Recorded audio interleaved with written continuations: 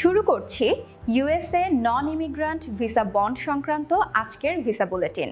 মার্কিন সরকারের visa bond তালিকায় বাংলাদেশের নাম অন্তর্ভুক্ত হওয়ায় এখন থেকে নন ইমিগ্রান্ট ভিসা, বিশেষ করে B1, B2 ভিজিট ভিসার ক্ষেত্রে ইন্টারভিউর সময় ভিসা অফিসার চাইলে $5,000, $10,000 বা $15,000 জামানত আরোপ করতে পারে। প্রজ্ঞাপন অনুযায়ী 21 জানুয়ারি 2026 তারিখ থেকে এই নিয়ম কার্যকর হচ্ছে। প্রথমে বোঝার চেষ্টা করি ভিসা বন্ড কি আর এটা কিভাবে কার্যকর হতে পারে। ইন্টারভিউর সময় ভিসা অফিসার যদি মনে করেন আপনার ভিসা কেবলমাত্র বন্ডের টাকা জমা করলেই ইস্যু হবে, সেক্ষেত্রে ভিসা অফিসার আপনাকে একটা লিখিত ভাউচার দিতে পারেন। সেক্ষেত্রে ভিসা নিশ্চিত করতে আপনাকে $5,000 থেকে $15,000 পর্যন্ত জমা করতে হতে পারে।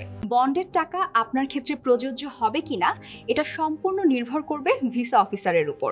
অর্থাৎ এ সময় স্বাভাবিক প্রক্রিয়ায় ভিসা হওয়ার পাশাপাশি বন্ডের মাধ্যমেও ভিসা ইস্যু হবে।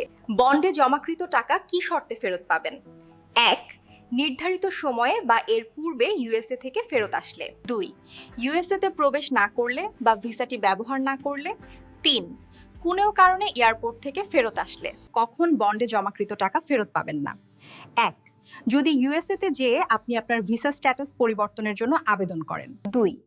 যদি আপনি অ্যাসাইলাম আবেদন করেন বা ভিন্ন কোনোভাবে ইউএসএ তে থেকে যান। তাই ধারণা করা যায় পূর্বের বছরে যেখানে সামান্য সন্দেহেই ভিসা রিফিউজ হওয়ার প্রবণতা ছিল, বন্ড সিস্টেম চালু হওয়ার ফলে ভিসা পাওয়ার সম্ভাবনা আরও বাড়বে। ইউএসএ ভিসা সংক্রান্ত যে কোনো পরামর্শের জন্য কল করুন এক্সপ্লোরেক্স ভিসা কনসালটেন্সির স্ক্রিনে দেওয়া নাম্বারে। আর প্রতিদিন এমন সব এক্সক্লুসিভ টিপস পেতে লাইক, শেয়ার আর সাবস্ক্রাইব করুন আমাদের চ্যানেলটি। ধন্যবাদ।